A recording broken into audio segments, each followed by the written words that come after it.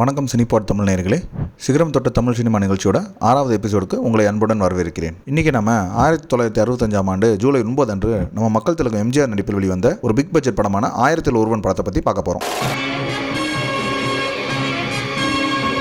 மதம் கொண்ட யானை என்ன செய்யும் தெரியுமா? இனம் கொண்ட சிங்கத்திடம் தோற்று ஓடும்.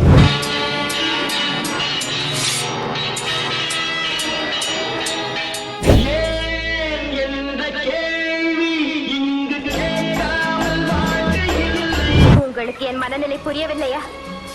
இல்லை, அதை புரிய வைக்கும் சக்தி தான் எனக்கு இல்லையா? புரிகிறது. பிடிவாதமாக மனத்தின் நோயை வளர்த்துக் கொள்ளாதீர்கள்.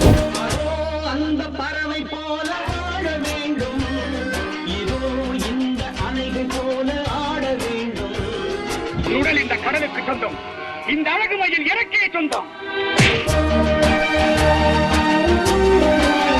இந்த படம் அந்த வருடத்தின் மிக பிரம்மாண்ட திரைப்படமாக அமைஞ்சது மட்டும் இல்லாமல் 1050 நாட்களை கடந்து வெற்றி வாகை சூடின ஒரு படம். இந்த படம் பல பைரட் மூவிஸை இன்ஸ்பயர் பண்ணி தாங்க எடுத்தாங்க. குறிப்பாக 1935 வெளிவந்த கேப்டன் பிளேட்ங்கிற படத்தை தழுவியும் எடுக்கப்பட்டுச்சு. இன்னைக்கு நம்ம 59 இயர்ஸ் ஆஃப் 1000ல் ஒருவன் செலிப்ரேட் பண்ணிட்டு இருக்கோம். படத்தோட பேர் போலவே நம்முடைய 1000ல் ஒருவனாக வாழ்ந்துவிட்டு போனவர் தான் நம்ம எம்ஜிஆர் அவர்கள். இந்த படத்தோட வசனங்கள் எம்ஜிஆர் அவர்களுக்கு பெரிய பெயரையும் புகழையும் பெற்றுக் கொடுத்தது என்றே சொல்லணும். பிற்காலத்தில் அவர் முதலமைச்சர் ஆவதற்கு இந்த படத்தோட வசனங்கள் பெருமளவில் அவருக்கு உதவுச்சுன்னு கூட சொல்றாங்க. ஏன்னா மக்களின் நம்பிக்கை நாயகனாக ஒருவரை உருவாக்கக்கூடிய எல்லா அம்சங்களும் இந்த படத்தோட வசனத்தில் இருந்துச்சு. அதுவும் இந்த மாதிரி வசனங்களை எம்ஜிஆர் பேசும்போது சொல்லவா வேணும்? அது மட்டும் இல்லாமல் இந்த படத்தில் எம்ஜிஆருக்குன்னு எழுதப்பட்ட மாஸ் வசனங்கள் எல்லாமே பெரிய அளவில் கைத்தட்டல பெற்று தந்துச்சு. குறிப்பாக மதம் கொண்ட யானை என்ன செய்யும் தெரியுமான்னு நம்பியார் கேட்கும்போது சினம் கொண்ட சிங்கத்திடம் தோற்று ஓடும்னு சொல்ற வசனங்கள் எல்லாம் இப்பவும் செம ஃபேமஸ். மதம் கொண்ட யானை என்ன செய்யும் தெரியுமா?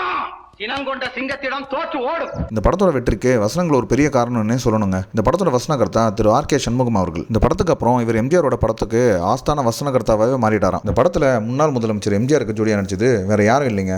அதுவும் நம்ம இன்னொரு முன்னாள் முதலமைச்சரான அம்மா செல்வி ஜெயலலிதா அவர்கள் தான். ஜெயலலிதா அவர்களுக்கு தமிழில் இது 2வது படம். எம்ஜிஆர் கூட அது அவங்களுக்கு முதல் படம். இதுக்கப்புறம் 20 படங்கள் எம்ஜிஆர் கூட தொடர்ந்து ஜோடியா நடிச்சிருக்காங்க. எம்ஜிஆர் மற்றும் ஜெயலலிதா அவர்கள் காம்போல வந்த 28 படங்கள் பாக்ஸ் ஆஃபீஸ் ஹிட்னு சொல்றாங்க. மக்களுக்கு பிடித்தமான ஜோடியா இவங்க இருந்திருக்காங்கன்னே சொல்லணும். இந்த படத்தோட சாங்ஸ் எல்லாமே சூப்பர் டூப்பர் ஹிட்டுங்க. என்றும் மக்கள் மனதில் நீங்காத இடத்தை பிடித்த பாடல்கள்னே சொல்லலாம். குறிப்பா அதோ அந்த பறவை போல வாழ வேண்டும், உன்னை நான் சந்தித்தேன், ஏன் என்ற கேள்வி கேட்காமல் வாழ்க்கை இல்லைன்னு சொல்லிக்கிட்டே போகலாங்க.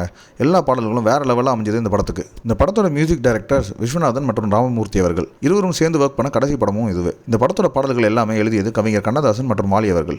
1000ல் ஒருவன்கிற இந்த பிரம்மாண்ட படத்தை இயக்கியவர் திரு B.R. பந்துலு அவர்கள். அந்த காலத்தில் இவர் ஒரு பிக் பட்ஜெட் டைரக்டர்னே சொல்லணும். இவர் தயாரித்து இயக்கிய படங்களான வீரபாண்டிய கட்டபொம்மன், கப்பல் ஓட்டிய தமிழன் மற்றும் கர்ணன் திரைப்படங்கள் மூலம் இவருக்கு சில கடன்கள் ஏற்பட அதை நிவர்த்தி செய்யவே இந்த படத்துக்காக எம்ஜிஆர் அணுகினாராம் பந்துலு அவர்கள். எம்ஜிஆர் இந்த படத்துக்கு வெறும் ₹1 மட்டும்தான் அட்வான்ஸ் வாங்கினாராம். ஆனால் அதுக்கப்புறம் எம்ஜிஆருக்கு 23,500 சம்பளமாக கொடுத்தாராம் பந்துலு அவர்கள். இந்த படத்தோட காட்சிகள் பெரும்பாலும் கடல், கப்பல், படகுன்னு படமாக்கியிருப்பாங்க. இதுவே மக்கள் இந்த படத்தை பிரம்மாண்டமாக பார்க்க இன்னொரு காரணம். குறிப்பாக சண்டை காட்சிகள், அதுவும் கத்தி சண்டை போடும் காட்சிகள் எல்லாமே ஆடியன்ஸை மெய்மறக்க வச்சுது. இந்த படத்தில் மற்ற முக்கியமான வேடத்தில் நடித்தவங்க M.N. நம்பியார், மனோகர், நாகேஷ், S.V. ராமதாஸ், விஜயலட்சுமி மற்றும் மாதவி. 2014 ஆண்டு இந்த படம் புதிய தொழில்நுட்பத்தோடு ரீரிலீஸ் செய்யப்பட்டுச்சு. ரீரிலீஸ் பண்ணின பல தேட்டர்ஸில் இந்த படம் 100 நாட்கள் கிராஸ் பண்ணிடுச்சான். இந்த படத்தோட ஒளிப்பதிவு V. ராமமூர்த்தி அவர்கள், படத்தொகுப்பு R. தேவராஜன் அவர்கள். நீங்கள் இன்னும் இந்த 1000ல் ஒருவன் படத்தை பார்க்கலன்னா கண்டிப்பாக பாருங்கள்.